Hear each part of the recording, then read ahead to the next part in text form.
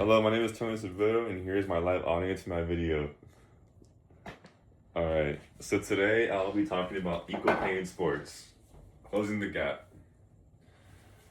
Good morning, everyone. Imagine two world-class athletes representing the United States on the global stage. Both dedicate their entire life to training, both play at the highest competitive level, and both bring home international championships. Yet, when it comes to time for compensation, one athlete earns a standard living wage, while the other earns millions for the exact same level of international duty. This stark contrast highlights one of the most widely debated topics in modern athletics.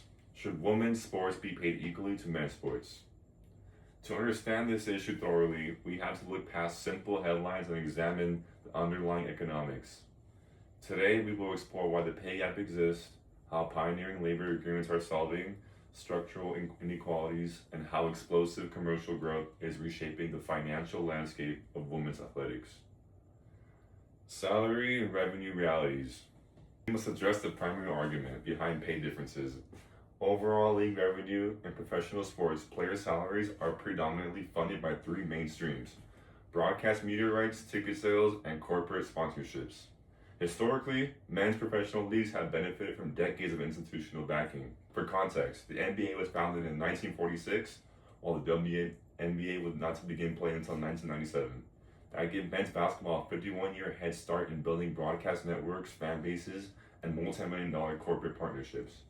Because traditional compensation models tie a player paid directly to overall league revenue, male athletes in established leagues historically earn far more. However, pay disparity isn't just about the total dollars generated. It is also about revenue share. In many cases, female athletes have received a smaller percentage of their league's total revenue pool than male athletes in similar sports, making pay equity a matter of contract structure as much as audience size. This brings us to our second point. How can sports organizations bridge this gap?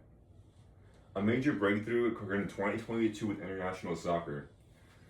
According to a report published by PBS News in September 2022, the U.S. Soccer Federation, alongside both the men's and women's national team players' unions, officially signed historic collective bargaining agreements that guarantee equal pay.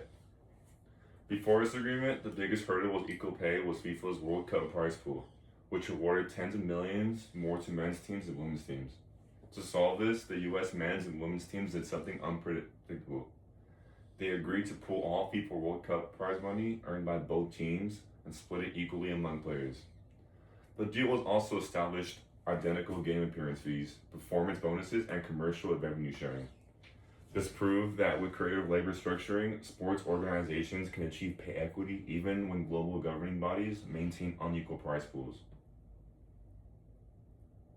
Point 3. The economic room in women's athletics.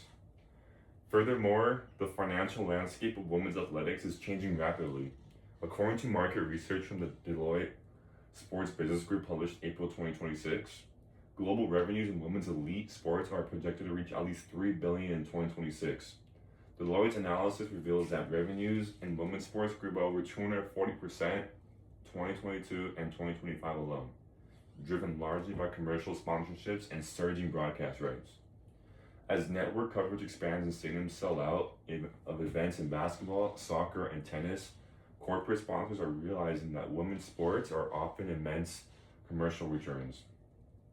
Increased investment leads directly to higher production quality, which attracts more viewers, generates higher revenue, and ultimately funds equal compensation for athletes.